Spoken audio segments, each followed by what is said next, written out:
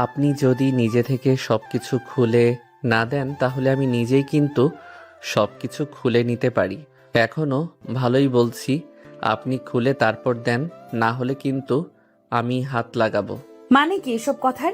আমি তো কোনো কিছুই বুঝতে পারছি না। এই ছেলে কি বলছিস এসব পাগলের মতো? মাথা ঠিক আছে তোর? আমি কে তুই জানিস? তুই আমার সঙ্গে এসব বেয়াদবি করছিস? আপনি কে সেটা তো আমার দেখার বিষয় না। আপনার চুলগুলো যে আকাশে বাতাসে উড়ে বেড়াচ্ছে আর সেটার কারণে যে আমার শার্টের মধ্যে লেগে গেছে এটা সরাতে বললাম, না হলে কিন্তু আমি নিজেই হাত লাগাবো। এটার জন্যই বললাম, শুধু শুধু নেগেটিভলি ভাবার কোনো কারণ নেই। ও সরি, আসলে এত ভিড় ছিল যার জন্য আপনার শার্টের মধ্যে আমার চুল লেগে গেছে। সরি সরি, আমি নিজেই খুলে দিচ্ছি। আর ধন্যবাদ বলার জন্য। তারপর মেয়েটি নিজেই তার চুল ছাড়িয়ে নিয়ে সেখান থেকে চলে গেল। আসলে রাস্তাঘাটে বেশ অনেক ভিড় ছিল, যার কারণে ভিড়ের মধ্যে একসাথে হওয়াতে চুলটা নিলয়ের শার্টের সঙ্গে বেঁচে যায়। আর তার কারণে পেছন থেকে এই কথাগুলো বলল। নিলয় সেখান থেকে সোজা বাসায় চলে আসলো। বাসায় আসার পরে ফ্রেশ হয়ে খাওয়া দাওয়া করলো। খাওয়া দাওয়া শেষ করে কিছুক্ষণ শুয়ে থাকার পরে বিকেলবেলা বন্ধুদের সঙ্গে আড্ডা দিতে চলে আসলো পার্শ্ববর্তী একটা চায়ের দোকানে। আর দোকানে আসার পরে তখন নিলয়ের বন্ধু সিয়াম তাকে বলতে শুরু করলো, দোস্ত, জানিস আমার কাছে একটা খুব ভালো একটা খবর আছে। সেটা হলো আমাদের ভার্সিটিতে ইংলিশ ম্যাডাম নতুন জয়েন করবে শুনেছে। ম্যাডাম নাকি দেখতে অনেক সুন্দরী, সবাই নাকি তার চেহারার পাগল। কি আর বলবো, জানি না কালকে দেখিয়ে কেমন লাগবে আমাদের। তুই আর কোনো দিন ভালো হবি না। প্রতিটা ম্যাডামের পিছনে তো লাগতে হবে। দেখ, আমার একটা স্বপ্ন আছে। সেটা হলো, আমি চাই সুন্দরী কোনো একটা মেয়েকে বিয়ে করব, কিন্তু ম্যাডামকে বিয়ে করলে আরো বেশি ভালো লাগতো। আরে ভাই, তুই কি ইদানিং নেশা করা শুরু করে দিয়েছিস নাকি? আরে ভাই, সব ছেলেরাই তো সুন্দরী মেয়েদেরকেই পছন্দ করে, তাই না? তুই আর ব্যতিক্রম কোথায়? আচ্ছা বাদ দে, শোন, আমার একটা ইচ্ছা আছে ভার্সিটির ম্যাডামের সঙ্গে প্রেম করা। কিন্তু সেই ইচ্ছেটা কি পূরণ হবে তোদের জন্য? মনে হয় না হবে, কারণ তোরা যেভাবে ম্যাডামদের পেছনে লেগে থাকিস, আর কখনোই মনে হয় এই ইচ্ছা পূরণ হবে না। দোস্ত, চল আমার গার্লফ্রেন্ডের সঙ্গে দেখা করে আসি, একটু রাগ ভাঙাতে হবে। আসলে দুপুর বেলা একটু রাগারাগি করেছি তো, তার জন্যই ফোনটা বন্ধ। তোরা যদি আমার সঙ্গে যাস তাহলে তোদেরকে বিরিয়ানি খাওয়াবো, সত্যি বলছি। তারপর আর কি, তারপর নিলয়, সিয়াম, রাফি তিনজন মিলে চলে আসলো সিয়ামের গার্লফ্রেন্ডের বাসার সামনে। সিয়ামের গার্লফ্রেন্ডের নাম হচ্ছে নীলা। নীলার বাসার সামনে আসার পরে নীলাকে নিলয়ের মোবাইল থেকে কল দেওয়া হলো। তার সঙ্গে সঙ্গে নীলা নিচে নামলো। নিচে নামার পরে তখন নীলা ইচ্ছে মতো সিয়ামকে বকা দিতে শুরু করলো। আর এগুলো বাকি দুজন দেখে দেখে মজা নিচ্ছে। আর তখন লাস্ট বেলায় নিলয় তখন নীলাকে বলতে লাগলো, নীলা, যেটা হয়েছে সেটা ভুলে যাও। আসলে রিলেশনের মধ্যে এরকম হয় সব সময়। এটা নিয়ে ধরে থাকলে তো আর জীবন চলবে না, তাই না? বেচারাকে আজকের মতো মাফ করে দাও। বেচারা আর কোনো মেয়ের পেছনে ঘোরাঘুরি করবে না। ভাইয়া, আপনি বলেছেন দেখে ওকে আজকের মতো মাফ করে দিচ্ছি। আজকে যদি আপনি না আসতেন তাহলে ওর আজকে খবর ছিল। ও সাহস কি করে হয় আমারই ম্যাডামের পেছনে ঘোরাফেরা করা? আচ্ছা ঠিক আছে, এবারের মতো আমার জন্য হলেও ক্ষমা করে দাও। এরপর থেকে সে আর কোনো দিন এরকম করিস না। আর যদি এরকম করিস তাহলে কিন্তু আমি নিজে এসে তোর খবর করে ছাড়বো। এভাবে কিছু কথা বলার পরে সেখান থেকে সবাই চলে আসলো একটা রেস্টুরেন্টে। আর রেস্টুরেন্টে এসে তিনজন মিলে ভরপুর খাওয়া দাওয়া করে সন্ধ্যাবেলায় বাসার দিকে রওনা হচ্ছিল। আর তখন নিলয়ের ফোনটা বেজে উঠল। নিলয় ফোনটা বের করে দেখতে পারলো তার বাবা কল দিয়েছে।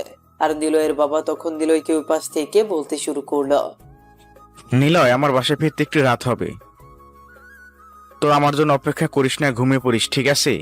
আর এখন কোথায় তুই? নিশ্চয় বাইরে। তাড়াতাড়ি বাসায় গিয়ে পড়তে বস। নিলয় তার বাবার সঙ্গে আরো কিছু কথা বলে কল কেটে দিল। আর কল কেটে দেওয়ার পরে যথারীতি সে বাসায় চলে আসলো। বাসায় আসার পরে দেখতে পারলো তার ভাবি রান্না করছিল। নিলয়ের ভাবি নিলয়ের কাছে চলে আসলো। নিলয়ের কাছে আসার পরে তখন তার ভাবি তাকে বলতে লাগলো, নিলয়, তোমার ভাইয়া আর বাবা কোথায় গেছে সেটা কি জানো? আজকে নাকি তোমার ভাইয়ারও ফিরতে অনেক বেশি রাত হবে। বুঝতে পারলাম না ওনাদের কি সমস্যা হলো, হঠাৎ করে এরকম দেরি করার মানেটা কি? ভাবি, আমি যেহেতু আছি তাই এত টেনশন করো না। ওরা চলে আসবে। ভাইয়া বাবা হয়তো গ্রামে গিয়েছে, আর এই জন্যই ফিরতে রাত হতে পারে। কী জন্য গিয়েছে সেটা আমি জানি না সঠিক, তবে এটা শিওর যে তারা গ্রামে গিয়েছে। এই বলে তখনই তার রুমে চলে আসলো। রুমে এসে ফ্রেশ হয়ে পড়তে বসলো। আর এভাবে বেশ অনেকটা সময় পার হয়ে যায়। আর প্রায় রাত 12টার দিকে তার ভাইয়া আর তার বাবা বাসায় এসেছেন। তখন নিলয় ঘুমিয়ে গিয়েছে। আর ওইদিকে নিলয় সকালবেলা ঘুম থেকে উঠে শুনতে পারলো গ্রামের জমিটা বিক্রি হয়ে গেছে। আর সেটার কারণেই কালকে আসতে অনেক বেশি দেরি হয়েছে। নীলা সকালবেলা উঠে রেডি হয়ে নিলে ভার্সিটিতে যাওয়ার জন্য। আজকে নিলয় খুবই সুন্দর করে স্টাইল মেরে যাচ্ছে ভার্সিটিতে। আর এটা দেখার পরে তার ভাবি এসে তাকে বলতে লাগলো, কি ব্যাপার, আজকে আমার দেবটা এরকম সুন্দর করে সেজে ভার্সিটিতে যাচ্ছে কেন? নিশ্চয়ই কোনো পার্টি আছে, না কোনো মেয়েকে পটাতে যাচ্ছ? তোমার তো কোনো মেয়েই পছন্দ হয় না, এগুলো স্টাইল মেরে কি লাভ? তুমি যদি এরকম ভাবি হয়ে আমাকে এরকম অভিশাপ দাও, তাহলে তো কোনো মেয়ে আমার কাছে ধারে কাছে আসবে না। দোয়া করো যেন আজকে প্রথম দেখায় আমার ম্যাডামকে পটাতে পারি। আজকে নতুন একটা ম্যাডাম আসবে আমাদের ডিপার্টমেন্টে। ঠিক আছে, আপাতত এইসব কথা রাখো আর তাড়াতাড়ি করে খাবার খেতে আসো, সবাই তোমার জন্য অপেক্ষা করছে। নিলয় খাবার খেতে চলে আসলো। আর নিলয় খাবার খাওয়ার পরে তখন তার বাবার কাছ থেকে টাকা নিয়ে সোজা ভার্সিটিতে চলে আসলো। আর ভার্সিটিতে আসার পরে দেখতে পারলো সকল হারামি বন্ধুরা সবাই একসাথে বসে আড্ডা দিচ্ছিল। আর তখন সেখানে নিলয় ওদের সঙ্গে মিলিত হলো। তারপর সবাই মিলে আড্ডা দিতে শুরু করলো। আর হঠাৎ করে কালকের যে মেয়েটার সঙ্গে ঝামেলা হয়েছিল সেই মেয়েটাই ভার্সিটিতে প্রবেশ করছিল। আর তখন সিয়াম দেখে তখন নীলাকে বলতে শুরু করলো, দোস্ত, এটা তো আর কেউ না, এটাই আমাদের নতুন ইংলিশ ম্যাডাম। ম্যাডাম দেখতে এত সুন্দর হবে সেটা সত্যি আমি ধারণা করতে পারিনি। ইচ্ছে করছে এখনই গিয়ে প্রপোজটা করে দেই। আরে তুই কি বলছিস? কালকে তো এই মেয়েটার সঙ্গেই আমার ঝামেলা হয়েছে। তোকে না বললাম যে ভিড়ের মধ্যে মেয়েটার চুল আমার শার্টের মধ্যে লেগে গিয়েছিল। মেয়েটা প্রথমে নেগেটিভ ভাবলেও পরবর্তীতে বলার পরে সরি বলে চলে গিয়েছিল। এটাই তো সেই ম্যাডাম। তাহলে তো ভালোই হলো, তুই রাস্তা থেকে চলে যা, আমি ম্যাডামের পেছনে আছি। ম্যাডামকে লাইন আমি মারবো, তুই শুধু আমার জন্য সবকিছু সেটিং করে দিবি, বুঝতে পারলে? এই কথা বলার পরে তখন সিয়াম সামনের দিকে এগিয়ে যায়। আর সিয়াম সামনের দিকে এগিয়ে যাওয়ার পরে পেছন থেকে নীলা হাত টেনে ধরল। আর হাত টেনে ধরার পরে সিয়ামকে বসিয়ে সে তখন সিয়ামের সামনে এসে বলতে লাগলো, তুই ওনার দিকে তাকাবি না একদমই। উনি শুধু আমার। ওনার সঙ্গে শুধুমাত্র আমি লাইন মারব, অন্য কেউ লাইন মারতে পারবে না। আর হচ্ছে আজকে থেকে তোদের ভাবি। তারপর সকলেই ক্লাসে চলে আসলো। ক্লাসে আসার পরে ম্যাডামের জন্য অপেক্ষা করতে শুরু করলো। আর এদিকে প্রিন্সিপাল স্যার ক্লাসের ভেতর ম্যাডামকে নিয়ে প্রবেশ করলেন। আর ম্যাডামকে নিয়ে ক্লাসে প্রবেশ করার পরে প্রিন্সিপাল স্যার সবার উদ্দেশ্য করে বলতে শুরু করলো, তোমাদের সাবেক ইংরেজি শিক্ষক শাবনাম স্যার অসুস্থ থাকার কারণে তার জন্য আমাদের নতুন একজন শিক্ষক আনা হয়েছে। ওনার নাম হচ্ছে সাদিয়া রহমান। তোমাদের এটা জেনে ভালো লাগবে যে সাদিয়া হচ্ছে আমার স্টুডেন্ট, আজকে আমার ভার্সিটিতেই শিক্ষকতা করবেন। এটা আমার কাছে গর্বের বিষয়। আশা করি তোমরা তাকে সাহায্য করবে, মনোযোগ দিয়ে ক্লাস করবে। এই কথা বলার পরে তখন প্রিন্সিপাল স্যার চলে গেল। আর প্রিন্সিপাল স্যার চলে যাওয়ার পরে যথারীতি ম্যাডাম তার ক্লাস শুরু করে দিলেন। প্রথমে সবার সঙ্গে পরিচিত হওয়ার পরে তখন তার নিজের ক্লাস শুরু করে দিল। আর এদিকে নিলয় মেয়েটার দিকে অপলক দৃষ্টিতে তাকিয়ে আছে, তার চোখের পলক ফেলছে না। একটা সময় সাদিয়া নিজেও খেয়াল করলো নিলয় ছেলেটাকে দেখার পরে তখন সামনে চলে আসলো। নিলয়ের সামনে আসার পরে কোনো কিছু বলছে না দেখে নিলয় তারপর সাদিয়া নিজেই বলতে শুরু করলো, কি ব্যাপার, তুমি এইভাবে আমার দিকে তাকিয়েছিলে কেন? তুমি কি পড়া বুঝতে পারছিলে না নাকি? যদি কোনো কিছু বুঝতে না পারো তাহলে আমাকে বলবে, আমি আবারও দিয়ে দেব, কিন্তু কোনো ভণ্ডামি করা যাবে না। ম্যাডাম, আপনার পড়া বুঝতে পারছি বলেই তো আপনার দিকে তাকিয়েছিলাম, তাই না? আর আমি আবার কারো মুখের দিকে না তাকিয়ে পড়া বুঝতে পারি না। ঠিক আছে, আপনি আপনার মতো করে লেকচার দিয়ে যান। এই কথা বলার পরে সাদিয়া আর কোনো কিছু বলল না। নিলয় বসে পড়ল। আর নিলয় বসে পড়ার পরে তখন এক ধ্যানে তাকিয়েছিল মেয়েটার দিকে। সাদিয়া কিছুটা বিরক্ত হচ্ছিল, কিন্তু সবার সামনে থাকায় সাদিয়া কোনো কিছুই বলতে পারছে না। আর এদিকে এভাবেই সময়টা শেষ হয়ে গেল ক্লাসের সময়টা শেষ হয়ে যাওয়ার পরে তখন সাদিয়া ক্লাসরুম থেকে বের হয়ে সোজা অফিস রুমের দিকে যেতে শুরু করলো। আর সকলেই বের হয়ে গেল ক্লাস থেকে। আরও ক্লাস রয়েছে, কিন্তু সেগুলো বাকিরা করবে না। আর তখনই সাদিয়া পেছন থেকে তাকায়, আর পেছন দিকে তাকিয়ে দেখতে পারলো তার দিকে তাকিয়ে আছে। তখন সাদিয়া আবারও ছেলেদের কাছে আসলো, আর ওদের কাছে আসার পরে বলতে শুরু করলো। কি ব্যাপার, তোমরা ক্লাস থেকে বের হয়ে গেলা কেন? তোমাদের তো আরো 2টা ক্লাস আছে, ওইগুলো করে তারপর যাবে। এখন যাও সবাই, ক্লাস করো। না করলে কিন্তু তোমাদেরই লস। তোমরা নিজেই নিজের জীবনটাকে ধ্বংস করছো। ম্যাডাম, আমি তো পুরো ধ্বংস হয়ে গেছি। আপনাকে দেখে আমি আর নিজেকে সামলাতে পারছি না। আপনাকে দেখলে মনে হয় আপনাকে সারা জীবন এইভাবে তাকিয়ে থাকি। নিলয় কথাটা বিড়বিড় করে বলল, কিন্তু কথাটা বিড়বিড় করে বলার পরেও সাদিয়া কথাটা ভালোভাবেই শুনতে পারলো। তারপর কোনো কিছু না বলে সাদিয়া অফিস রুমে চলে গেল। আর এদিকে নিলয়রা মাঠে বসে সবাই মিলে আড্ডা দিচ্ছিল। আর তখনই কোথা থেকে নিলয়ের ফ্রেন্ড তৃষা এসে হাজির। তৃষা এসে নীলাকে বলতে শুরু করলো।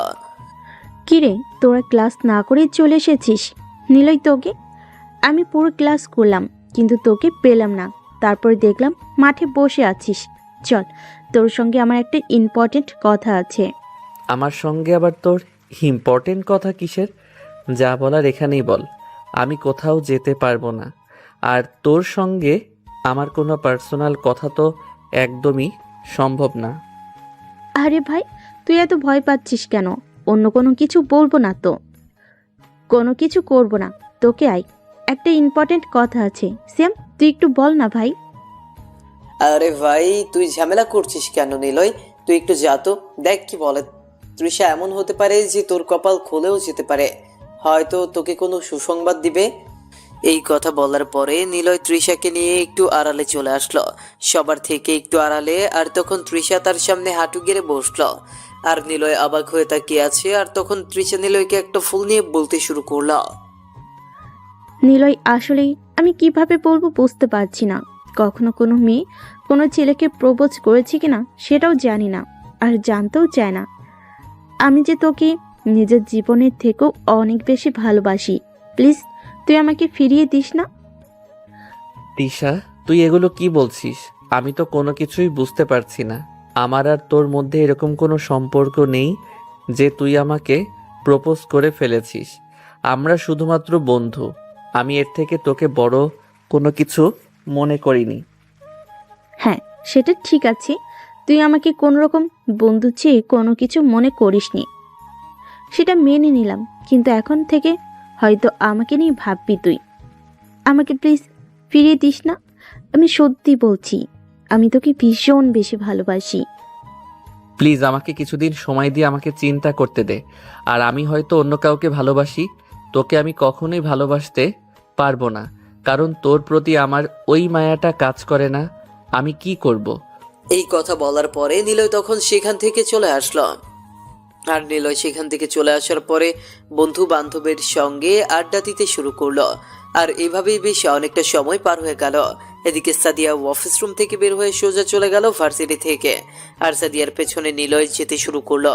সাদিয়া বুঝতে পেরেছে, একটা রিক্সা নিয়ে চলে যেতে শুরু করলো। আর এদিকে নিলয় তার পেছনে যেতে শুরু করলো। সাদিয়ার কিছুটা অস্বস্তি ফিল করছে। আর এদিকে সাদিয়া তার বাসায় পৌঁছে পেছনে তাকিয়ে দেখলো নিলয় পেছনে আর নেই। সাদিয়া পেছনে তাকিয়ে আছে দেখে তখন তার ভাইয়া তাকে বারান্দা থেকে দেখে জিজ্ঞেস করতে শুরু করলো।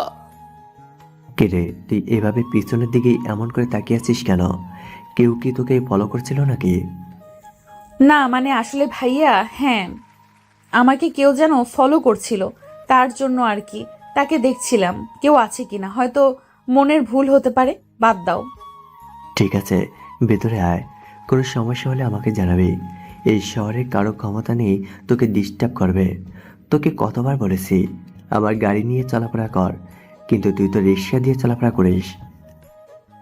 ভাইয়া, রিক্সা দিয়ে চলাফেরা করতে আমার অনেক বেশি ভালো লাগে। তুমি প্লিজ এটা নিয়ে কোনো কিছু করো না। গাড়ি দিয়ে চলাফেরা করতে আমার একদম ভালো লাগে না। নিলয় বারান্দায় দাঁড়িয়ে ছেলেটাকে দেখে ভালোভাবে চিনতে পারলো।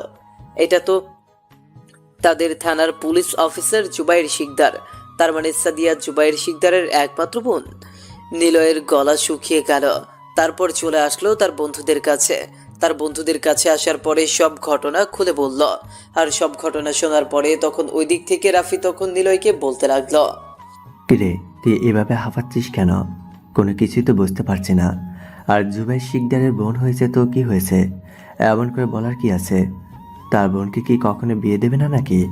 নিলয় ভাই আমার, তুই এই মেয়েটার পেছনে যাওয়া ছেড়ে দে। তার চেয়ে ভালো তুই তৃষার সঙ্গে থাক। তৃষা তোকে সত্যি বলছি অনেক বেশি মনে হয় ভালোবাসে। তুই তৃষার সঙ্গেই সুখে থাক। তুই ম্যাডামের পেছনে যাওয়া ছেড়ে দে। দোস্ত, সেটা সম্ভব না রে। আমি যে তাকে নিজের থেকে অনেক বেশি ভালোবাসি। আর চেহারার প্রতি আমার কোনো ফিলিংস কাজ করে না, তো তার সঙ্গে আমার রিলেশনটা কেমন হবে? ভাই তুই নিজেও মরবি, আমাদেরকেও মারবি। ভাই আমরা অকালে মরতে চাই না। আমরা এখনো বিয়ে শাদী করে নাই। আমরা এখনো ভালোভাবে প্রেমটা পর্যন্ত কন্টিনিউ করতে পারছি না। এত তাড়াতাড়ি মরতে চায় না। ওর ভাইয়ের নামে প্রচুর পরিমাণে রিপোর্ট পেয়েছি। আশা করি তুই ভালো করেই জানিস। হ্যাঁ, সেটা ঠিক আছে যে ওর ভাইয়ের নামে প্রচুর পরিমাণে রিপোর্ট করেছে, কিন্তু তাই বলে আমার মতো ভালো ছেলেকে উনি কেন মারবে বা উনি কেন আমাকে থানায় নিয়ে যাবে? উনি তো গুন্ডা মাস্তান, ওদের জন্য ঠিক আছে। আমি তো ওনার বোনকে ভালোবাসি, আমাকে কোনো কিছু করবে না। তার বোনকে লাইন মারছিস আর ও তোকে কোনো কিছু বলবে না? ভাই তোকে মেরে বুড়িগঙ্গা নদীতে ভাসিয়ে দিবে। তুই দেখে নিস, তোর লাশটা পর্যন্ত খুঁজে পাওয়া যাবে না। দোস্ত, আমি তো সুন্দর একটা ভবিষ্যৎ দেখতে পাচ্ছি, কিন্তু এটাও দেখতে পাচ্ছি যে তোর কপালে শনি আছে আর আমাদের কপালে শনি আছে। ভাই এসব থেকে ফিরে আয়, তোকে ভালো সুন্দরী মেয়ে দেখে বিয়ে দেব। আমি যদি পিছনে ফিরে যাই তাহলে আমার মনটাকে কি দিয়ে বানাবো আমি? দেখ ভাই, তোর আমার সাথে আছে সেটা আমি খুব ভালো করেই জানি। তোরা আমার বন্ধু, তোরা আমার ভাই, তোরা না থাকলে কে থাকবে? এভাবে সবাই মিলে কথা বলতে বলতে বেশ অনেকটা সময় পার হয়ে গেল। বিকেলবেলা ভার্সিটি থেকে চলে আসলো আর বাসায় আসার পরে খাবার খেয়ে বিছানায় শুয়ে শুয়ে ফোন টিপছিল। মূলত ক্লাসের মধ্যে কয়েকটা ছবি তুলেছিল সাদিয়ার, ওই ছবিগুলোই বারবার দেখছিল। অনেক খোঁজাখুঁজির পরে সাদিয়ার আইডিটা ভালো করেই খুঁজে বের করলো নিলয়। নিলয় আইডি খুঁজে বের করার পরে তাকে প্রথম মেসেজ করলো। আর প্রথম মেসেজ করার পরেই সাদিয়া ওই দিক থেকে সিন করলো।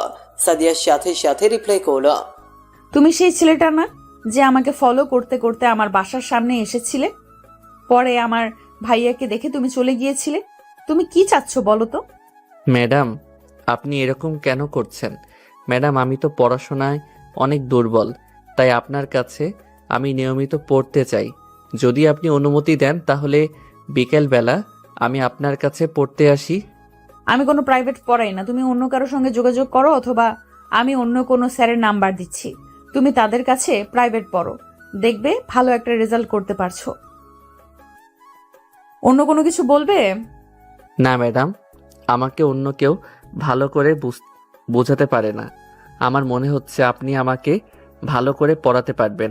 ম্যাডাম প্লিজ, ম্যাডাম না করবেন না। যদি ম্যাডাম আমি ফেল করি তাহলে সম্পূর্ণ আপনার দায়ে, কারণ আমি আপনার কাছে পড়তে চেয়েছিলাম, আপনি আমাকে পড়াননি। আরে নিলয়, তুমি বুঝতে পারছো না কেন? আমি তো কোনো প্রাইভেট পড়াই না। আমি শখের বসে ভার্সিটিতে ক্লাস নিচ্ছি। তা না হলে আমি কখনোই এসব করতাম না। আর প্রাইভেট পড়ানো তো আমার পক্ষে সম্ভব না। ম্যাডাম, আপনার কষ্ট করে আমার বাসায় আসতে হবে না। আমি না হয় আপনার বাসায় গিয়ে পড়ে আসব। আপনার কোনো কষ্ট করতে হবে না। প্লিজ ম্যাডাম, না করবেন না। আচ্ছা ঠিক আছে, তুমি তাহলে কালকে থেকে পড়তে আসো। আর হ্যাঁ, তোমার আম্মুর নাম্বারটা আমাকে দিও। তোমার আম্মুর সঙ্গে আমার কথা বলতে হবে। উনি কি চায় সেটাও জানতে হবে আমার। নিলয় তখন তার মায়ের নাম্বারটা সাথে সাথে দিয়ে দিল। আর এদিকে তাড়াতাড়ি করে তার মায়ের কাছে চলে আসলো। তার মায়ের কাছে আসার পরে তখন তার মাকে সবকিছু বলল সে, যে সেই ম্যাডামের কাছে প্রাইভেট পড়বে। তখন তার মা আরো খুশি হয়ে গেল। তার মা তাকে আরো বলতে লাগলো, ঠিক আছে, তুই তাহলে কালকে থেকেই ওই ম্যাডামের কাছে পড়তে যাস। আর শোন, ভালো করে পড়াশোনা করবি। আমি কিন্তু প্রতি সপ্তাহেই খোঁজ খবর নিব তুই কি করিস না করিস। নিলয় তারপর সেখান থেকে চলে আসলো। আর এদিকে সাদিয়া নিলয়ের আম্মুকে কিছুক্ষণ পরেই কল দিল। আর কল দেওয়ার পরে সকল খোঁজ খবর নিয়ে বলল কালকে পাঠিয়ে দেওয়ার জন্য। এদিকে নিলয় তো মহা খুশি, কারণ মেঘনা চাইতেই জল পেয়ে গেল নিলয়। সাদিয়ার মনে তেমন কোনো কিছু আকাঙ্ক্ষা নেই। পরদিন বিকেলবেলা চলে আসলো সাদিয়ার বাসার সামনে। সাদিয়ার বাসার সামনে আসার পরে ভেতরে যেতে পেছনে একটা ভয় লাগছে, কারণ ভেতরে তার ভাই থাকলে অবস্থা আরো বেশি ভয়াবহ হয়ে যাবে। কোনো কিছু করতে পারবে না, কোনো কিছু বলতেও পারবে না। নিলয় কলিং বিল দেওয়ার পরে সাদিয়া এসে দরজা খুলে দিল। আর সাদিয়া দরজা খুলে দেওয়ার পরে দেখতে পারলো সাদিয়া সুন্দর করে একটা শাড়ি পরে আছে। নিলয় দেখে চোখ ফেরাতে পারছে না। সাদিয়া নিলয়কে ভেতরে আসতে বলল, আর ভেতরে বসার জন্য না বলে সরাসরি বলল তার রুমে যাওয়ার জন্য। নিলয় সাদিয়ার রুমে চলে আসলো। আর সাদিয়ার রুমে আসার পরে তখন টেবিলে বসে পড়লো। আর কিছুক্ষণ পরেই সাদিয়া চলে আসলো। সাদিয়া আসার পরে বলল বই বের করার জন্য। আর নিলয় বই বের করে বসে আছে। তখন সাদিয়া বলতে লাগলো, কি ব্যাপার, তুমি এইভাবে বই বের করে বসে আছো কেন? কোন চ্যাপ্টার থেকে শুরু করব সেটা তুমি বলো। তুমি যেখান থেকে বলবে আমি সেখান থেকে শুরু করব। কোন চ্যাপ্টারটা তুমি সবচেয়ে কম বোঝো সেটা আমাকে বলো। ম্যাডাম, আমার কাছে তো সব কিছুই কঠিন লাগে। আপনি যে কোনো একটা থেকে শুরু করতে পারেন, আমার তাতে কোনো আপত্তি নেই। আপনি যা বলবেন তাই করব। আপনি শুধু বলে যাবেন। আচ্ছা ঠিক আছে, আমরা তাহলে প্রথম থেকে শুরু করি। ঠিকমতো পড়াশোনা করবেন, আমি যা পড়াবো তুমি শুধু বাসায় গিয়ে সেগুলো করবে। ছোট বাচ্চাদের মতো যেন কোনো সময় বলতে না হয় যে পড়া কেন হয়নি। ঠিক আছে ম্যাডাম, আমাকে কখনোই বলতে হবে না। আপনি দেখে নেবেন, আমি যখন আপনার কাছে প্রাইভেট পড়ছি আমার রেজাল্ট সবার থেকে অনেক বেশি ভালো হবে। শুধুমাত্র আপনি একটু আমাকে সাপোর্ট দিলেই হবে। একটু ভালোভাবে বলবেন, কথা বলবেন। কথা বলবো মানে? তুমি কি সব বলছো? আমি তো কিছুই বুঝতে পারছি না। এসব উল্টাপাল্টা কথা না বলে পড়ার দিকে মনোযোগ দাও, জীবনে ভালো কিছু করতে পারবে। সাদিয়া তারপর একটা চ্যাপ্টার বের করে নিলয়কে ভালোভাবে বুঝিয়ে দিচ্ছিল। নিলয় তো পড়ার দিকে কোনো খেয়াল না করে সাদিয়ার মুখের দিকেই তাকিয়েছিল। সাদিয়ার একটা চুল বারবার সামনে এসে পড়ছে। নিলয়ের ইচ্ছে করছে সেই চুলটা ভালোভাবে সরিয়ে দিতে, তার কানের মাঝে গুজে দিতে, কিন্তু সেটা তো আর সম্ভব না। তাই অপলক দৃষ্টিতে সাদিয়ার মুখের দিকে তাকিয়েছিল। তার গোলাপের পাপড়ির মতো গোলাপি ঠোঁটগুলো তাকে সবচেয়ে বেশি আকর্ষণ করছে। সাদিয়া কিছুক্ষণ পড়ানোর পরে তখন দেখতে পারলো নিলয় তার দিকে কেমন যেন অপলক দৃষ্টিতে তাকিয়ে আছে। সাদিয়া তখন নিলয়কে হালকা মাথায় আঘাত করার পরে তাকে রাগী কণ্ঠে বলতে শুরু করলো, কি ব্যাপার, তুমি আমার দিকে তাকিয়ে আছো কেন? তুমি তো পড়ার দিকে না তাকিয়ে আমাকে দেখার কি আছে? পড়ায় মনোযোগ দাও, আমি কিন্তু পরবর্তীতে এটা ধরবো। পরে যদি না পারো তাহলে কিন্তু তোমার খবর আছে। না ম্যাডাম, আমি তো পড়ার থেকে খেয়াল করছিলাম আপনি যা পড়াচ্ছিলেন, আমি তো সেটাই খেয়াল করছিলাম। ঠিক আছে ম্যাম, আবার শুরু করুন। তারপর এইভাবেই বেশ অনেকটা সময় পার হয়ে গেল। রিপিট। আর নিলয়কে ছুটি দিয়ে দেওয়া হলো। ছুটি দেওয়ার পরে নিলয় বাসে চলে আসলো। বাসে চলে আসার পরে সে কোনোভাবেই সাদিয়াকে মন থেকে সরাতে পারছে না, কোনো কাজই করতে পারছে না। মনে হচ্ছে সাদিয়া তার সামনেই দাঁড়িয়ে আছে এবং তার সঙ্গে কথা বলছে। সাদিয়াকে এতটা ভালোবেসে ফেলবে এই কয়দিনে, সেটা আসলেই অবাক করা ঘটনা। এভাবেই পার হতে থাকলো বেশ অনেক দিন। সাদিয়া ইচ্ছা করে তার বাসায় আসছিল, আর এদিকে নিলয় সেও হেঁটে হেঁটে বাসায় ফিরছিল। সাদিয়া দেখে নিলয়কে তার সঙ্গে রিকশায় উঠতে বলে, খুবই মানবতার খাতিরে, তাছাড়া আর অন্য কিছু নয়। নিলয় বিষয়টা দেখে বেশ অবাক হয়ে গেল। নিলয় হয়তো ভেবেছে তার জন্য মনে মনে একটু হলেও ভালোবাসা জন্মাচ্ছে। এদিকে সাদিয়াকে প্রচন্ড বিরক্ত করায় সাদিয়াও মাঝে মাঝে রেগে থাকে নিলয়ের উপর। নিলয় রিকশায় ওঠার পরে কিছুটা দূরে বসে আছে। মনে মনে জড়িয়ে ধরতে চাইলেও সামনে থেকে কোনো কিছুই করতে পারছে না। অনেক বেশি ভয় লাগছে তার। আর এদিকে তখন সাদিয়া বলতে লাগলো, নিলয়, আমি তোমাকে কিছু কথা বলার জন্য আমার রিকশায় এনেছি। না হলে কখনো ইচ্ছা ছিল না তোমার সঙ্গে এক রিকশায় বসে যাওয়ার জন্য, কারণ কেউ দেখলে হয়তো মাইন্ড করতে পারে। তুমি খুব ভালো করে জানো আমি তোমার সঙ্গে কি বিষয়ে কথা বলতে চাচ্ছি। ম্যাডাম, আমি তো কোনো কিছুই বুঝতে পারছি না আপনি কোন বিষয়ে কথা বলছেন। আশা করি আপনি ভালোভাবে বলবেন। আর ম্যাডাম, আপনি যেটা ভাবছেন সেটা একদমই ভুল ভাবছেন। দেখো নিলয়, সর্বপ্রথম একটা কথা মনে রাখবে যে আমিও কিন্তু একটা মেয়ে। তাই কোনো ছেলের কিভাবে তাকিয়ে থাকে সেটা আমি খুব ভালো করেই বুঝতে পারি। তাছাড়া আমি একজন শিক্ষক, এটা আমার কাছে কোনো বিষয় না। তুমি আমাকে পছন্দ করো সেটা ঠিক আছে, কিন্তু পছন্দ পর্যন্তই রাখো। তোমার সঙ্গে কখনোই আমার মিলবে না। আমার বাবা মা আমার ভাইয়া আমাকে অন্য জায়গায় বিয়ে ঠিক করা আছে। ওরা আমাকে অন্য জায়গায় বিয়ে দেবে। তার জন্য আগে থেকেই বলছি যে তুমি শুধু শুধু আমার জন্য ওয়েট করে থেকো না। তোমার সঙ্গে আমার কখনোই মিলবে না। আর এই বিষয়টা যদি ভাই একবার জানতে পারে তাহলে তোমার জীবনটা তছনছ করে দেবে। ম্যাডাম, বিশ্বাস করুন না, আমি আপনাকে সত্যি অনেক বেশি ভালোবাসি। আপনি আমার থেকে সিনিয়র সেটা ঠিক আছে, কিন্তু আমার কাছে কোনো সমস্যা নেই। এই সমাজ কি বলবে না বলবে সেটা নিয়ে আমার কোনো আপত্তি নেই। আপনি রাজি আছেন কিনা সেটা বলেন। আমি তোমাকে কখনো ভালোবাসবো এটা তুমি ভাবলে কি করে?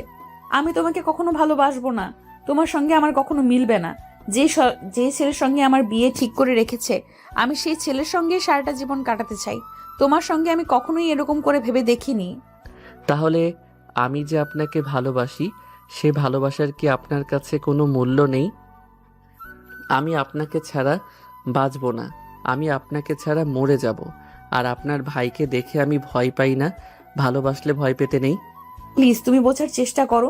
শুধু শুধু তোমার জীবনটা নষ্ট করে কি লাভ? হ্যাঁ, এটা ঠিক যে আমার ভাইয়া তোমাকে কোনো কিছু বলবে না, কিন্তু আমাকে তাড়াতাড়ি করে বিয়ে দিয়ে দিবে। তুমি কি যাও আমি এই স্বাধীনতাটা মিস করি? না, আমি সেটা চাই না। তবে আমি এটাও চাই না যে আপনার বিয়ে হয়ে যায়। বিয়ে যদি হতেই হয় তাহলে আমার সঙ্গে হবে। আমি আপনাকে বিয়ে করতে চাই। আমি আমার নিজের জীবনের থেকে অনেক বেশি ভালোবাসি আপনাকে। আপনাকে নিয়ে প্রতি রাতে স্বপ্ন দেখি। আপনাকে নিয়ে প্রতি রাতে আমি কত স্বপ্ন বুনি। সেই স্বপ্নগুলোর কি হবে? দেখো নিলয়, এটা কখনোই সম্ভব না। আর কখনো তুমি আমাকে এই বিষয়ে কথা বলবে না। আর আজকে থেকে পড়তে আসার কোনো প্রয়োজন নেই। এই 1 মাস তোমাকে যা পড়িয়েছি এটাই তোমার হবে। আমি আর সামনে আগাতে পারছি না। তুমি আমার সামনে কখনোই আসবে না। এই কথা বলার পরে তখন রিক্সা দাঁড় করালো। রিক্সা দাঁড় করানোর পরে নিলয় নেমে গেল। আর তখন সাদিয়াও চলে গেল। নিলয় তার চলে যাওয়ার দিকে তাকিয়েছিল, আর সাদিয়া একবারের জন্য ফিরে তাকালো না। আর রাস্তার মধ্য দিয়ে সাদিয়াকে ডাকতে শুরু করলো নিলয়। তখন সাদিয়ার ভাই জুবাইর গাড়ি দিয়ে যাচ্ছিল। তার বিষয়টা খুব ভালোভাবে লক্ষ্য করলো, তবে সেটা নিলয় ভালোভাবে খেয়াল করেনি। নিলয় যখন বাসায় চলে আসলো, বাসায় আসার পরে মন খারাপ করে বিছানায় শুয়ে আছে। আর কিছুক্ষণ পরেই তার ভাবি রুমের মধ্যে প্রবেশ করলো। তার ভাবি রুমে প্রবেশ করার পর দেখতে পারলো নিলয় মন খারাপ করে শুয়ে আছে। তখন তার ভাবি জিজ্ঞেস করতে লাগলো, কি ব্যাপার, আমার দেবরটা এমন মন খারাপ করে বসে আছে কেন? কি হয়েছে? তার কোনো কিছুই তো বুঝতে পারছি না। কিছুদিন আগেও তো ভালো ছিল, আজকে হঠাৎ করে এমন কি হয়ে গেল যে মন খারাপ করে এসেই শুয়ে পড়লে? ভাবি, আমি তো তোমাকে বলেছিলাম যে আমি সাদিয়াকে ভালোবাসি, কিন্তু সে আমাকে ভালোবাসে না। সে তার বাবা মায়ের পছন্দ মতো ছেলেকে বিয়ে করবে এবং বিয়ের পরে তাকেই ভালোবাসবে। সে আমাকে কখনোই ভালোবাসবে না। আর বিয়ে তো দূরের কথা, কিন্তু আমি যে তাকে ছাড়া বাঁচব না। দেখো, হয়তো সেও তোমাকে মনে মনে ভালোবাসে, কিন্তু পরিবারের চাপের কারণে তোমাকে এই কথাগুলো বলছে।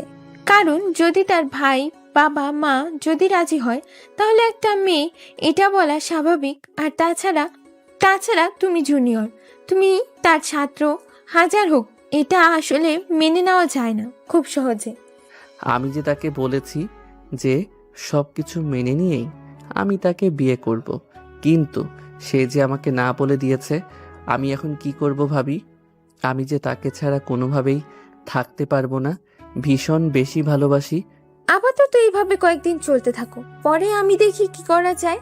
আর হতে পারে এটাও তোমার একটা মোহ, এটা তোমার ভালোবাসা নয়। যদি ভালোবাসা হয় তাহলে তুমি তাকে কখনোই বলতে পারবে না। আর যদি মোহ হয় তাহলে 2-3 দিন খারাপ লাগবে, তারপরে ভালো হয়ে যাবে। এই কথা বলার পরে ভাবি চলে গেল। আর এইদিকে নিলয় মন খারাপ করে শুয়ে আছে। আর এইভাবেই পার হয়ে যায় আরো 2টা দিন। একদিন রাত 10টার দিকে কোনো একটা কাজে নিলয় বাইরে গিয়েছিল। আর ফিরতে ফিরতে রাত 10টা বেজে যায়। আর রাত 10টার দিকে এসে বাসায় ফিরছিল সে হেঁটে হেঁটে। রাতের বেলা মন খারাপ করে রাস্তা দিয়ে হেঁটে হেঁটে বাড়িতে ফিরছে। আর হঠাৎ করেই কারো যেন চিৎকার ভেসে আসলো। নিলয় ভালোভাবে শুনতে পারলো যে একটা মেয়ে চিৎকার করছে, বাঁচাও বাঁচাও বলে। নিলয় বাঁচানোর জন্য তাড়াতাড়ি করে ছুটে গেল ওইখানে যাওয়ার পরে দেখতে পারলো একটা মেয়ে কোনো কিছুই হয়নি দাঁড়িয়ে এইসব কথা বলছে। কোনো কিছু বুঝে ওঠার আগে মেয়েটা তার নিজের জামা কাপড় ছিঁড়তে শুরু করলো। আর হঠাৎ করে মেয়েটা ধাক্কা দিয়ে ফেলে দিল। আর ফেলে দেওয়ার পরে মেয়েটা এমন ভাব করলো তাকে ধর্ষণ করার চেষ্টা করছে নিলয়। আর কয়েক সেকেন্ডের মধ্যেই পুলিশের গাড়ি এসে হাজির। অবাক হয়ে গেল নিলয়, এটা কি হয়ে গেল কোনো কিছুই বুঝতে পারলো না। নিলয়ের সবকিছু মাথার ওপর দিয়ে যাচ্ছে। আর পুলিশ যথাসম্ভব তাড়াতাড়ি নিলয়কে অ্যারেস্ট করে নিয়ে গেল থানায়। থানায় যাওয়ার পরে নিলয়ের বাবা মা তার পুরো পরিবারকে খবর দেওয়া হলো। আর তার পুরো পরিবার থানায় আসলো। থানায় আসার পরে ওসি জুবাইর সবকিছুই খুলে বলল। আর খুলে বলার পরে তখন তার বাবা নিলয়ের কাছে আসলো। আর নিলয়ের কাছে আসার পরে নিলয়কে একটা থাপ্পড় দিয়ে বলতে লাগলো, নীলা, তুই এরকম একটা কাজ করবি এটা সত্যি আমি ভাবতে পারিনি। সি, তোকে আমার ছেলে বলতেও অনেক বেশি ঘৃণা করে। কি করে পারলে এই কাজটা করতে? একটা মেয়ের সর্বনাশ। আর তুই আর কখনো আমার সামনে আসবি না, তাহলে আমার মরা মুখ দেখবি। আমি তোর মুখ দেখতে চাই না। অফিসার, আপনি আইন অনুযায়ী শাস্তি দেবেন, তাই তাকে যে শাস্তি দেবেন আমরা তাতে কোনো বাধা আপত্তি করব না। বাবা, তুমি একটু বোঝার চেষ্টা করো। আমি এরকমটাই কখনোই করিনি। বাবা, তুমি আমাকে বিশ্বাস করো। আমি কি তোমার ওই রকম ছেলে যে আমি এসব করতে পারি? বাবা প্লিজ, তুমি একটু বসে চেষ্টা করো। আমাকে ফাঁসানো হয়েছে, কি কারণে ফাঁসানো হয়েছে, কে ফাঁসি হয়েছে, আমি কোনো কিছুই বুঝতে পারছি না। হয়েছে, থাক, আমাকে আর কোনো কিছু বলতে হবে না। আমি আর তোর কোনো কথা শুনতে চাই না। এটা দেখার আগে আমার মরণ হলো না কেন? কত লোক কত দিকে মারা যায়, তুই মরতে পারিস না? এটার আগে তুই মরলি না কেন? এই কথা বলার পরে নিলয়ের বাবা সেখান থেকে বের হয়ে চলে গেল। নিলয়ের বাবা বের হয়ে চলে যাওয়ার পরে তখনই নিলয়ের আম্মু নিলয়ের কাছে আসলো আর বলতে শুরু করলো, তোকে আমার ছেলে ভাবতেও আমার অনেক বেশি ঘৃণা হচ্ছে। আমি এমন একটা ছেলেকে আমার পেটে ধরেছিলাম যে কিনা একটা মেয়েকে ধরতে চেষ্টা করেছিল। ছি, এটা কি করে পারলি তুই? আমি তোকে এই শিক্ষা দেইনি ছোটবেলা থেকে। তোকে আদর করতে করতে আজকে তোর এই অবস্থা হয়েছে। তোর তো কোনো কিছুই কমতি রাখিনি আমি। আম্মু, তুমি বিশ্বাস করো, আমি এরকমটা কখনোই করিনি। আমাকে সত্যিই ফাঁসানো হয়েছে। কী কারণে ফাঁসানো হয়েছে সেটাই আমি বুঝতে পারছি না। মা, তোমরা আমাকে এখান থেকে নিয়ে যাও, আমার এখানে ভালো লাগছে না মোটেও। এই কথা বলার পরে নিলয়ের আম্মু সেখান থেকে চলে গেল। নিলয়ের আম্মু সেখান থেকে চলে যাওয়ার পরে নিলয়ের ভাবি নিলয়ের সামনে আসলো। নিলয়ের সামনে আসার পরে যখন নিলয়কে বলতে শুরু করলো, নিলয়, আমি তোমার কাছ থেকে এটুকু আশা করতে পারিনি। তুমি একটা মেয়েকে ভালোবাসো আর রাতের বেলা অন্য একটা মেয়েকে তুমি একা পেয়ে তুমি তার উপর ঝাঁপিয়ে পড়েছো। জি, আমার তো ভাবতেই অনেক ঘৃণা হচ্ছে যে কিনা তোমার মতো একটা দেবর পেয়েছে বলে তোমার ভাই কত ভালো, আর তুমি তার ভাই হয়ে এত খারাপ হয়ে গেলে। ভাবি, মা বাবা হয়তো বিশ্বাস করতে পারছে না আমাকে, কিন্তু তুমি তো আমাকে বিশ্বাস করতে পারছো। ভাবি প্লিজ বিশ্বাস করো, আমি এরকমটা কখনোই করিনি। ওই মেয়েটা মিথ্যা কথা বলছে।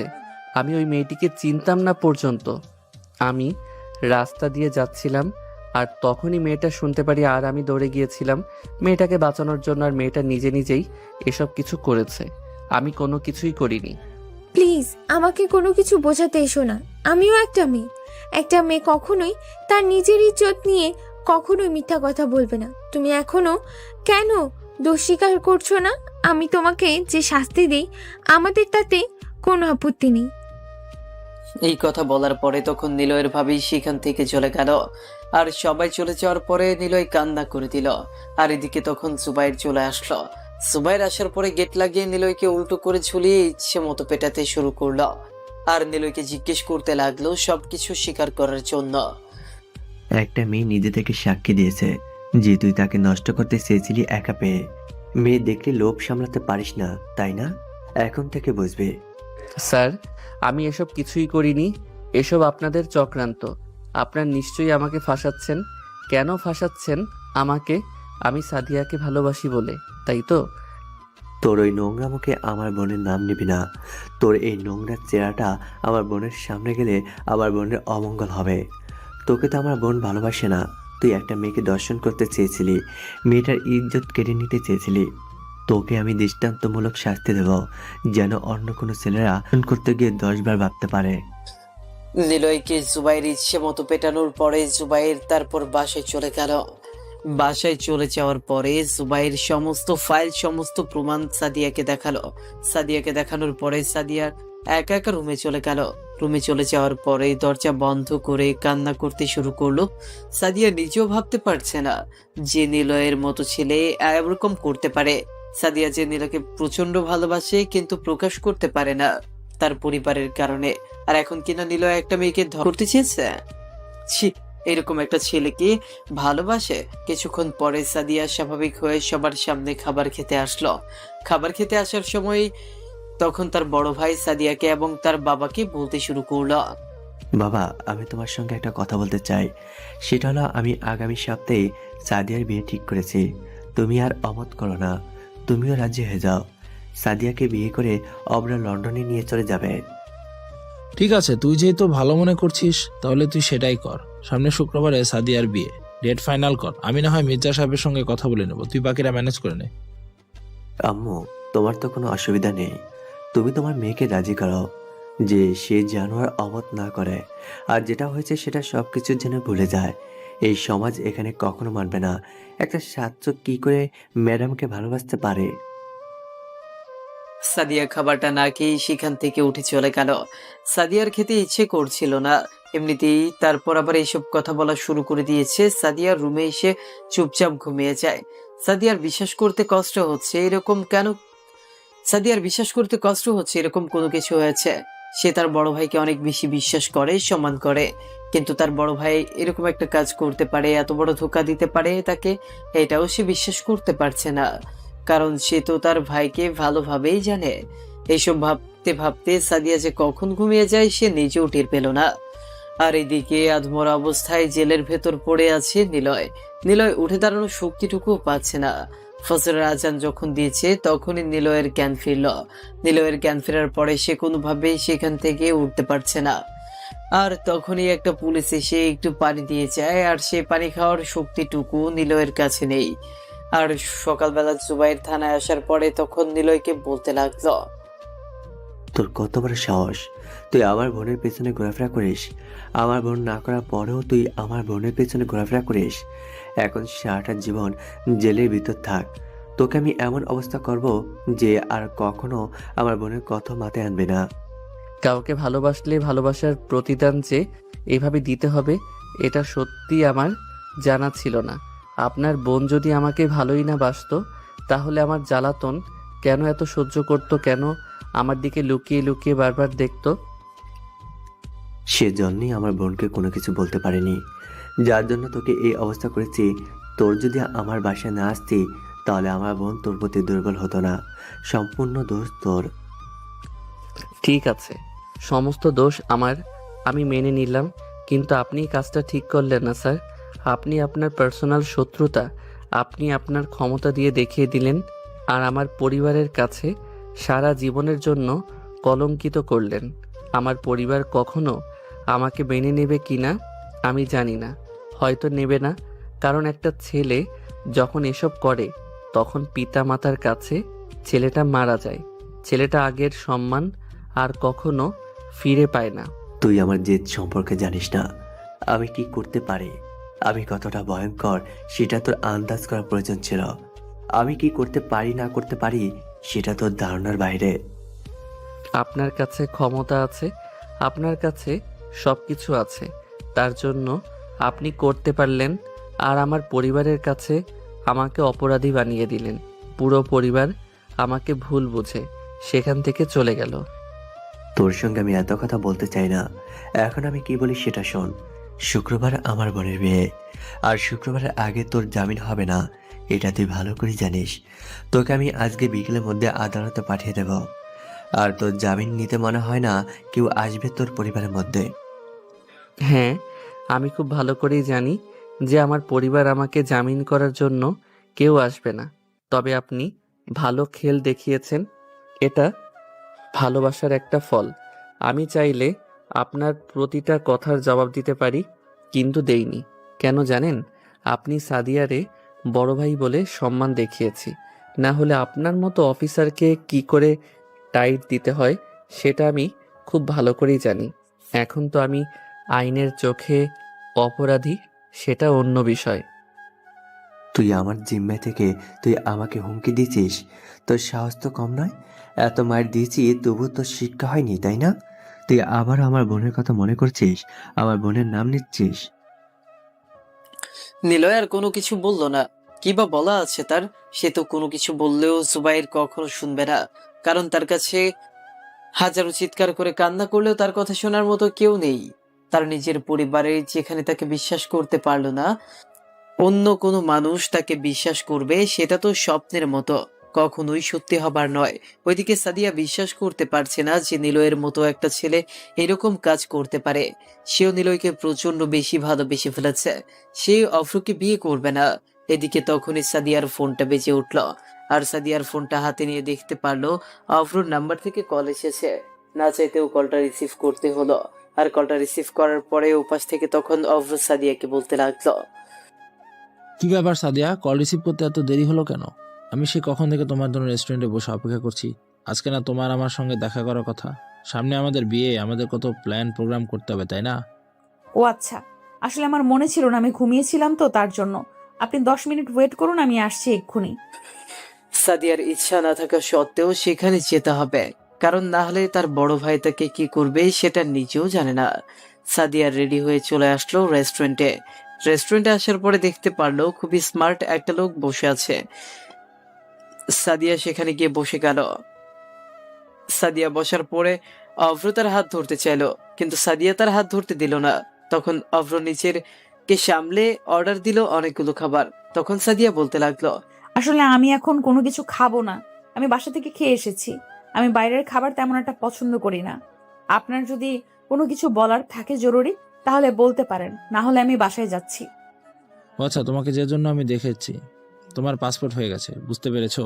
বিয়ে শুক্রবার হবে, আমরা রবিবারের ফ্লাইটে লন্ডন চলে যাচ্ছি। তুমি সবকিছু আগে থেকেই কাজ করে নিও। তোমার বাসা থেকে কোনো কিছু নিতে হবে না, আমি তোমার জন্য ভরপুর মার্কেট করেছি, বুঝতে পেরেছো? ও আচ্ছা, ঠিক আছে। আমি আপনাকে একটা কথা বলতে চাই, আপনি কি আমার কথাটা রাখবেন? প্লিজ, আমার পরিবারকে ভালোভাবে বুঝিয়ে বললেই হবে। আমি আসলে একজনকে ভালোবাসি, আমি তাকে বিয়ে করতে চাই। হ্যাঁ, সেটা আমি খুব ভালো করেই জানি। তুমি নীলয় নামে একটা ছেলেকে ভালোবাসো, যে তোমার থেকে প্রায় 3 বছরের জুনিয়র। তোমার ইউনিভার্সিটির একটা ছাত্র, দেখো এটা কখনোই সম্ভব না। আর ওই ছেলের কি আছে? তোমার কোনো ভবিষ্যৎ নেই ওই ছেলের সঙ্গে। বিয়ের আগে টুকটাক সব মেয়েরই এসব থাকে, তাই এগুলো নিয়ে আমি মাথা কামাই না। প্লিজ, আপনি একটু বিয়েটা বন্ধ করুন। আমি আপনাকে বিয়ে করতে পারবো না, আমি নিলয়কে ছাড়া অন্য কাউকে বিয়ে করতে পারবো না। প্লিজ, আপনি একটু ভাইয়াকে বোঝান, আমি তাকে ছাড়া বাঁচবো না। দেখো, আমি ওরকম ধরনের কোনো ছেলে না যে তুমি আমাকে কান্না করে বললেই আমি তোমাকে ছেড়ে চলে যাব বা আমাদের বিয়েটা হবে না। এরকমটা ভেবে থাকলে একদম ভুল ভাবছো। আমি তোমাকে বিয়ে করবই, এটা যেভাবেই হোক। বিয়ের পরে তুমি সবকিছুই ভুলে যাবে, আর বিয়ের পরে তোমাকে আমি লন্ডন নিয়ে যাবো, সেখানে তোমাকে ভুলতে হবেই। দেখুন না, আমিও তো আপনাকে কখনো ভালোবাসবো না, আপনি আমাকে তাহলে কেন বিয়ে করবেন? দেখুন, বিয়ের পরে যদি আমাদের মধ্যে ভালোবাসাটা না থাকে, তাহলে সংসার আপনি কার সঙ্গে করবেন বলুন?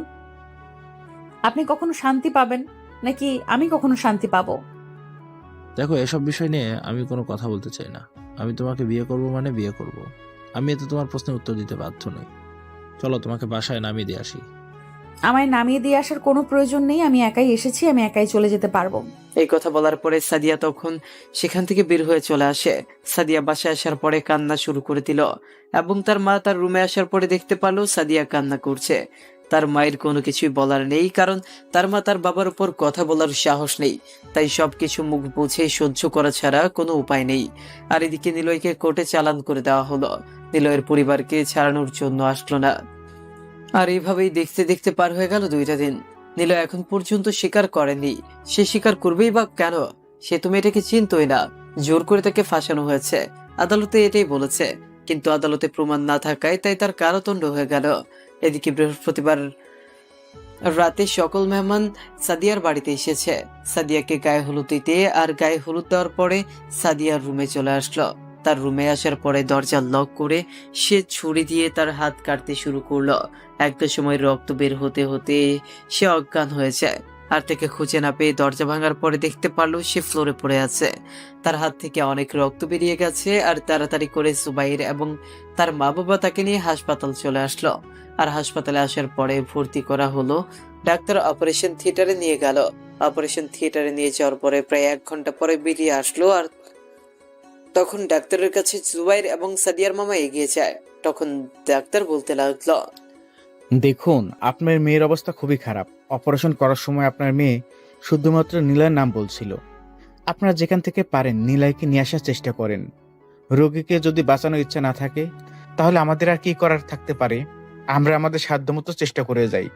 যদি রোগীর ইচ্ছা না হয় তাহলে তো আমাদের কোনো কিছু করার নেই। এমনিতে অনেক ব্লাড বেরিয়ে গেছে, আর এখন যদি রোগীর মন মানসিকতা এরকম থাকে তাহলে তো আসলেই বাঁচানোটা মুশকিল হয়ে যাবে। বাকিটা আল্লাহ তাআলার ইচ্ছা। আচ্ছা জুবায়ের, ছেলেটা কি আসলে এসব কাজ করেছে নাকি তুই কোনো কিছু করেছিস? আমার তো মনে হচ্ছে তুই সাদিয়ার কাছ থেকে সরিয়ে দেওয়ার জন্য ছেলেটাকে এই অবস্থা করেছিস। দেখ, তুই এটা অনেক বড় অন্যায় করেছিস। সে অনেক বড় পাপ করেছিল। একটা ছেলেকে এভাবে কষ্ট দেওয়াটা ঠিক না। পরিবারের কাছে থেকে খারাপ বানিয়েছিস। আর এখন তার জন্য আমার মেয়েটা মরতে চলেছে। তুই নীলয়কে নিয়ে আয়। বাবা, কিন্তু বাবা, আমি তো তার বিয়ে অব্রের সাথে ঠিক করেছি। বাবা, তুমি কেন বুঝতে পারছো না? অব্র কি মনে করবে?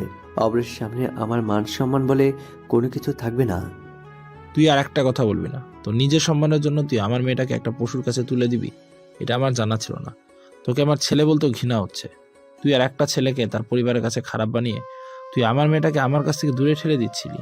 আমার মেয়েটা মরতে চলেছে আর তুই তোর মান সম্মান নিয়ে চিন্তা করছিস? তুই আমার ছেলে না, তুই এইখান থেকে চলে যা। এই কথা বলার পরে শিকদার সাহেব একটা থাপ্পড় মারলো। আর থাপ্পড় মারার পরে জুবাইর তারপর তাড়াতাড়ি করে চলে গেল। আর সবকিছু তো স্বীকার করিয়ে নিলয়কে তাড়াতাড়ি করে নিয়ে আসলো। আর নিয়ে আসার পরে তখন দেখতে পারলো কেবিনে দেওয়া হয়েছে সাদিয়াকে। আর সাদিয়াকে কেবিনে দেওয়ার পর তখন নিলয়কে ভেতরে পাঠানো হলো। নিলয়কে ভেতরে পাঠানোর পরে তখন নিলয় গিয়ে তার পাশে বসে গেল। সে দাঁড়ানোর মতো শক্তিটা পাচ্ছে না। নিলয় তার মাথায় হাত বুলিয়ে দিতে শুরু করলো। আর এভাবেই বেশ অনেকক্ষণ সময় পার হয়ে গেল। আর কিছুক্ষণের মধ্যেই সাদিয়ার জ্ঞান ফিরে আসলো। আর সাদিয়ার জ্ঞান ফিরে আসার পরে তখন সাদিয়া দেখতে পারলো নিলয়ের শরীরে বিভিন্ন জায়গায় দাগ রয়েছে। আর এটা দেখার পরে সাদিয়া সহ্য করতে না পেরে কান্না করে দিল। আর তখন নিলয় হালকা করে জড়িয়ে ধরলো আর বলতে লাগলো, তুমি তো আমাকে ভালোবাসো না, তাহলে কেন এত আমার জন্য কান্না করছো? আমার জন্য মরতে গিয়েছিলে। তুমি যদি এরকম করো তাহলে আমি কি করে বেঁচে থাকবো? আমি তো পিচ্ছি, আমি তো তোমাকে ভালোবাসতে পারবো না। কেন সব সময় শুধুমাত্র আমাকে বলতে হবে? তুমি জানো না মেয়েরা কখনো মুখ ফুটে কোনো কিছু বলতে পারে না?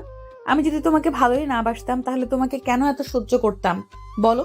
সবকিছু বুঝেও যদি না বুঝে থাকো তাহলে আমার কিছু করার থাকতে পারে? আমি তো আমার পরিবারের দিকে তাকিয়ে তোমাকে সেদিন এই কথাগুলো বলেছিলাম যেন তুমি আমাকে ভুলে যাও খুব সহজে। তুমি আমাকে ভুলে যেতে পারোনি, আমি হয়তো তোমাকে ভুলে যেতে পারিনি। অনেক চেষ্টা করেছি পরিবারের দিকে তাকিয়ে তোমাকে ভুলে যাওয়ার, কিন্তু পারিনি। নিজের ক্ষতি করার কি খুবই দরকার ছিল? এটা ছাড়াও তো আরো অনেক কিছুই করার ছিল, তাই না? এর থেকে বেশি কিছু যদি তোমার কিছু হয়ে যেত তখন কি করতে? হাসপাতালে কদিন থাকা লাগবে তুই জানো? ডাক্তার বলেছে তোমার অবস্থা খুবই খারাপ। আমি খুব ভালো করে জানি যে তুমি এই কাজটা কখনোই করতে পারো না। আমার ভাই তোমার সঙ্গে এরকম করেছেন। আমার ভাই তোমাকে ফাঁসিয়ে দিয়েছে। আমার বিশ্বাস করতে কষ্ট হচ্ছিল আমার ভাই এতটা খারাপ হয়ে গেছে তার নিজের স্বার্থ হাসিল করার জন্য। এসব কিছু বাদ দাও। আমি চাইলে অনেক কিছুই করতে পারতাম, কিন্তু কোনো কিছু করিনি, কারণ ও তোমার বড় ভাই বলে সম্মান দেখিয়েছি। আর এই সম্মানটা যে আমার এতটা নিচে নামাবে এটা আমি বুঝতে পারিনি। আমি আমার পরিবারের কাছে খারাপ হয়ে গেছি। আমি খুব ভালো করে জানি তোমার পরিবার তোমাকে ভুল বুঝে তারা দূরে সরিয়ে দিয়েছে। বিশ্বাস করো, তোমার পরিবার আবারও তোমাকে ঠিক আপন করে নেবে। হ্যাঁ, আমি খুব সেটা জানি যে আমার পরিবার আবারও আমাকে আপন করে নেবে, কিন্তু আমার পরিবার আমার দুঃসময়ে আমাকে বিশ্বাস করতে পারেনি। এটাই আমার আফসোস রয়ে গেল সারা জীবন। এটা আমার সারা জীবন আফসোস থাকবে, কারণ আমার পরিবার কেন আমাকে বিশ্বাস করতে পারলো না। প্লিজ এসব কথা বলো না। এসব কথা শুনতে ভালো লাগছে না আমার। আমি জানি যে আমার কারণেই তোমার এরকমটা হয়েছে। আমার সামনে তুমি তোমার পরিবার থেকে দূরে সরে গিয়েছো আমাকে ভালোবেসে। সব কিছু মিথ্যা হতে পারে, কিন্তু আমাদের ভালোবাসা মিথ্যা হতে পারে না। প্লিজ আমাকে কথা দাও, আমাকে ছেড়ে কখনোই দূরে সরে যাবে না, আর কখনো এরকম পাগলামি করবে না আমার জন্য। তোমার কিছু হয়ে গেলে আমি কি করে বাঁচবো? আমি কথা দিলাম আর কখনোই আমি এরকমটা করব না। আমাকে এবারের মতো ক্ষমা করে দাও। এবার একটু তোমার বুকে জড়িয়ে ধরো না প্লিজ। এই সিনিয়র বউটাকে একটু আদর করতে মনে হয় একটু ইচ্ছা করে না, তাই না? তোমার ভাই আমাকে যে পরিমাণ মেরেছে, আদর করা তো দূরে থাক, আমি আর কখনো উঠে দাঁড়াতে পারবো কিনা জানি না। তখনই হঠাৎ করে নিলয় মাথা ঘুরে পড়ে যায়, আর নিলয়কে হাসপাতালে ভর্তি করা হলো। আর নিলয়ের পরিবারকে খবর দেওয়া হলো, কিন্তু নিলয়ের পরিবারের কেউই নিলয়ের কাছে আসলো না। তারপর জুবাইর নিজে তাদের বাসায় চলে গেল, আর তাদের বাসায় যাওয়ার পরে সব ঘটনা খুলে বলার পরে তখন সবাই নিলয়ের কাছে ছুটে আসলো। ডাক্তার বেরিয়ে আসার পরে তখন তার বাবা জিজ্ঞেস করতে শুরু করলো, ডাক্তার সাহেব, আমার নিলয় এখন কি অবস্থা? সে ভালো হয়ে যাবে তো? তারপর কিছু হয়ে যায়নি তো? প্লিজ, আপনি চুপ করে আছেন কেন? দেখুন, আসলে নীলের অবস্থা সত্যি অনেক খারাপ। নিলয়ের পায়ে সবচেয়ে বেশি আঘাত করা হয়েছে, তাই ডান পা প্লাস্টার করে রাখা হয়েছে। তবে সেটা ঠিক হবে সেটার কোনো নিশ্চয়তা নেই, তবে ধারণা করা হচ্ছে 6 মাস লাগবে ঠিক হতে। কি বলছেন ডাক্তার? আমার ছেলে হাঁটতে পারবে না? আমি বাবা হয়ে এটা কি করে সহ্য করব? কেন হয়ে গেল আমাদের সঙ্গে এমনটা? শান্ত হন। নিয়মিত ব্যায়াম করলে, নিয়মিত পায়ের যত্ন নিলে আরো আগে নিলয় খুব তাড়াতাড়ি সুস্থ হয়ে যাবে, আবারও হাঁটতে পারবে। আপনারা আল্লাহর উপর ভরসা রাখুন, আল্লাহ ছাড়া কখনো সম্ভব না। এই কথা বলার পরে তখন ডাক্তার চলে গেল। ডাক্তার চলে যাওয়ার পরে তখন নিলয়কে কেবিনে দেওয়া হলো। নিলয়কে কেবিনে দেওয়ার পরে এদিকে সাদিয়া খুব ভালো করে শুনতে পারেন, ডান পা ঠিক হতে 6 মাস সময় লাগবে, নিলয় হাঁটতে পারবে না। জুবাইর সবার কাছেই ক্ষমা চেয়েছে, কিন্তু এখন ক্ষমা চেয়ে কি লাভ? যেটা হওয়ার সেটা হয়ে গেছে। আর এদিকে পরিবারের সম্মতিতেই নিলয় এবং সাদিয়ার বিয়েটা হয়ে যায়। নিলয়কে হুইল চেয়ারে করে তার বন্ধুরা বাসুর ঘরে দিয়ে গেল, আর বলে গেল, দোস্ত, তোর ভাগ্যটা আসলে এতটা খারাপ যে তোর বাসুর ঘরে তুই হেঁটে আসতে পারলি না, আমাদের এসে দিয়ে যেতে হলো। তবে সমস্যা নেই, দাবি যেহেতু আছে, আমি তোকে আদর যত্ন দিয়ে খুব তাড়াতাড়ি সুস্থ করে দিবে। আর ডাক্তার তো বলে দিয়েছে যে নিয়মিত ব্যায়াম করলে তুই তাড়াতাড়ি সুস্থ হয়ে যাবে। আরে ভাই, এসব কথা রাখ। নিলয়, তুই কিন্তু হাঁটতে পারিস না, সেটা ঠিক আছে, কিন্তু ভাবিকে তোর ভালোভাবেই আদর করতে পারবি। যদি তুই আদর করতে না পারিস তাহলে উল্টোটা হবে। তুই শুয়ে থাকবি, ভাবি তোকে ইচ্ছে মতো আদর করে যাবে, কোনো প্রবলেম হবে না। যা ভাই, ভাবির আদর খা। ভাই তোরা আজকেও আমাকে নিয়ে মজা করবি রে? ভাই আমি আছি আমার জ্বালায়, আর তোরা এখনো আমার সঙ্গে মজা নিচ্ছিস? যা বের হ, আমার ভালো লাগছে না, আমি ঘুমাবো। তো আমি তোদের মতো নাকি? রাফি কিন্তু ঠিক কথাই বলেছে রে, আমার আসলে এটা মনে ছিল না। তুই কিন্তু এই আইডিয়াটা কাজে লাগাতে পারিস। তোর কোনো কিছু করাও লাগবে না, কারণ তুই অসুস্থ ব্যক্তি দিয়ে আর কি করবি। কিন্তু ভাবি তো সুস্থ আছে, তাই না? কি মামা, হবে তো? তোরা কি যাবি এখান থেকে, নাকি আমি তোদের ভাবিকে বিছানা থেকে উঠতে বলবো? তোদেরকে বের করে দেওয়ার জন্য মান সম্মান আর কোনো কিছু রাখলি না আমার বউয়ের সামনে। সিয়াম আর রাফি মজা করতে করতে সেখান থেকে বেরিয়ে যায়। আর তারপরে সাদিয়া দরজা লক করে দেয়, আর দরজা লক করে দেওয়ার পরে নিজেকে বিছানায় শুয়ে দেয়। আর শুয়ে দেওয়ার পরে তখন সাদিয়া বুকের উপর শুয়ে পড়লো। তখন সাদিয়া নিলয়কে বলতে লাগলো, আজকে আমার জন্য তোমার এই অবস্থা হতে হলো। সত্যি বলতে আমি নিজেকে ক্ষমা করতে পারছি না। তবে সুস্থ হবে আর কবে তোমাকে নিয়ে আমি আবারও হাঁটতে পারবো, দুজন মিলে ঘুরতে পারবো। তুমি যেহেতু আছো তাহলে খুব তাড়াতাড়ি আমি সুস্থ হয়ে যাব, এটা আমি বিশ্বাস করি। কারণ আমার এরকম সুন্দরী বউ থাকলে আমি কি সুস্থ না হয়ে পারি? দেখবে আল্লাহ তাআলা আমাকে খুব তাড়াতাড়ি সুস্থ করে দেবে। সেদিন তো বুঝতে পারলাম, তবে আমার যে একটা ইচ্ছা আছে, সেই ইচ্ছেটা পূরণ করবে কে শুনি? আমি যে আপনার সন্তানের মা হতে চাই খুব তাড়াতাড়ি। আরে সেই ইচ্ছাটা তো আমি এখনই পূরণ করতে চাই, কিন্তু তুমি তো আমাকে সেই ইচ্ছাটা পূরণ করতে দিচ্ছ না। তাড়াতাড়ি আসো, আমি তোমার সেই ইচ্ছাটা এখনই পূরণ করে দিচ্ছি। তাই নাকি মহারাজ? তবে আপনার সিনিয়র ম্যাডামকে আদর করতে আপনার লজ্জা লাগবে না? আপনি তো পিচ্ছি, আপনি কি পারবেন আপনার সুন্দরী ম্যাডামকে আদর করতে? মনে হয় না পারবেন। তাই নাকি? তাহলে তো ম্যাডামের কাছে প্র্যাকটিক্যাল পরীক্ষা দেওয়ার প্রয়োজন। ম্যাডাম, আমি আপনার কাছে প্র্যাকটিক্যাল পরীক্ষা দিতে চাই। আপনি কি প্রস্তুত আছেন পরীক্ষা দিতে? না, আমি প্রস্তুত নেই, কারণ ঠান্ডার মধ্যে আমি গোসল করতে পারবো না। মাফ চাই আগে। তারপর আবার যে পরিমাণ ঠান্ডা পড়েছে আজকে সম্ভব না। দিনের বেলা হলেও করতাম না। তাই নাকি মহারানী? আপনাকে তো তাহলে আরো বেশি আদর করতে হবে, কারণ আমার সন্তানের মা হতে হবে তো খুব তাড়াতাড়ি আপনাকে জ্বালাবে। আপনার সঙ্গে দুষ্টামি করবেন এটাই তো চাই, তাই না? তুমি আমাকে যে পরিমাণ প্যারা দাও, তারপর আবার ওই নতুন মানুষ আসলে তো আমি পুরো পাগল হয়ে যাব। আমাকে মনে হয় পাবনা কয়েকবার রেখে আসতে হবে।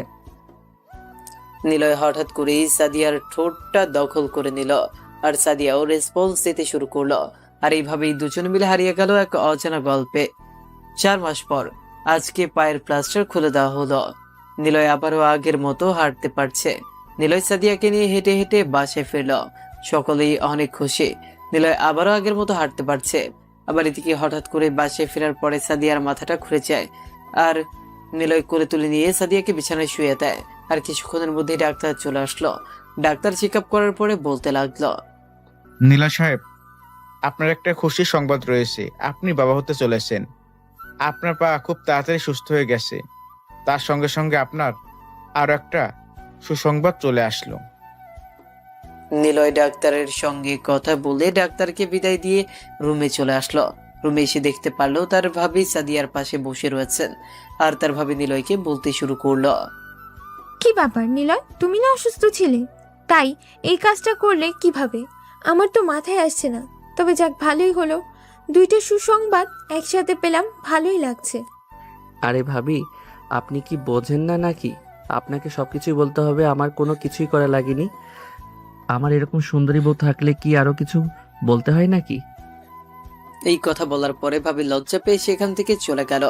আর নিলয় দরজা লাগিয়ে দিল। আর তখনই বিছানা থেকে উঠে নিলয়ের উপর ঝাঁপিয়ে পড়লো সাদিয়া। আর তখন সাদিয়া নিলয়কে বলতে লাগলো, আমি তোমার সঙ্গে সবকিছু করেছি, তাই না? তুমি আমার সঙ্গে কোনো কিছুই করনি। সব দোষ এখন আমার, তাই না? মানুষের সামনে মুখে কোনো কিছুই আটকায় না। ভাবে কি এসব বলার কি দরকার ছিল? চুপ করে থাকলে কি হতো? দেখো, একটা মানুষ জিজ্ঞাসা করছে, আমি সেটার উত্তর দেব না, এটা কি করে হতে পারে? আমাকে যে যেটাই প্রশ্ন করে আমি সেটারই উত্তর দেওয়ার চেষ্টা করি, তাই না? আর এটারই ভাবে অতিক্রম হবে কেন? এখন পর্যন্ত ভালো করে একটা প্রশ্ন করলে ঠিকমতো পরীক্ষার খাতায় লিখতে পারো না, আমার কাছে উত্তর দিতে পারো না, আর এইসব বেলায় সবার আগে উত্তর দিয়ে দাও, তাই না? লজ্জা শরমের মাথা খেয়ে ফেলেছে মনে হয়। আচ্ছা, এসব কথা বাদ। যেটা বলেছি সেটা কি আজকে প্র্যাকটিক্যাল ভাবে করে দেখানো যায় না? তাহলে তো ভালো হবে, আমিও কোনো কিছু শিখতে পারতাম। হাজার হলেও আপনি ম্যাডাম মানুষ। সাদিয়া কয়েকটা বুকের মধ্যে নিলয়ের কিল বসিয়ে দিয়ে তাকে শক্ত করে জড়িয়ে ধরলো।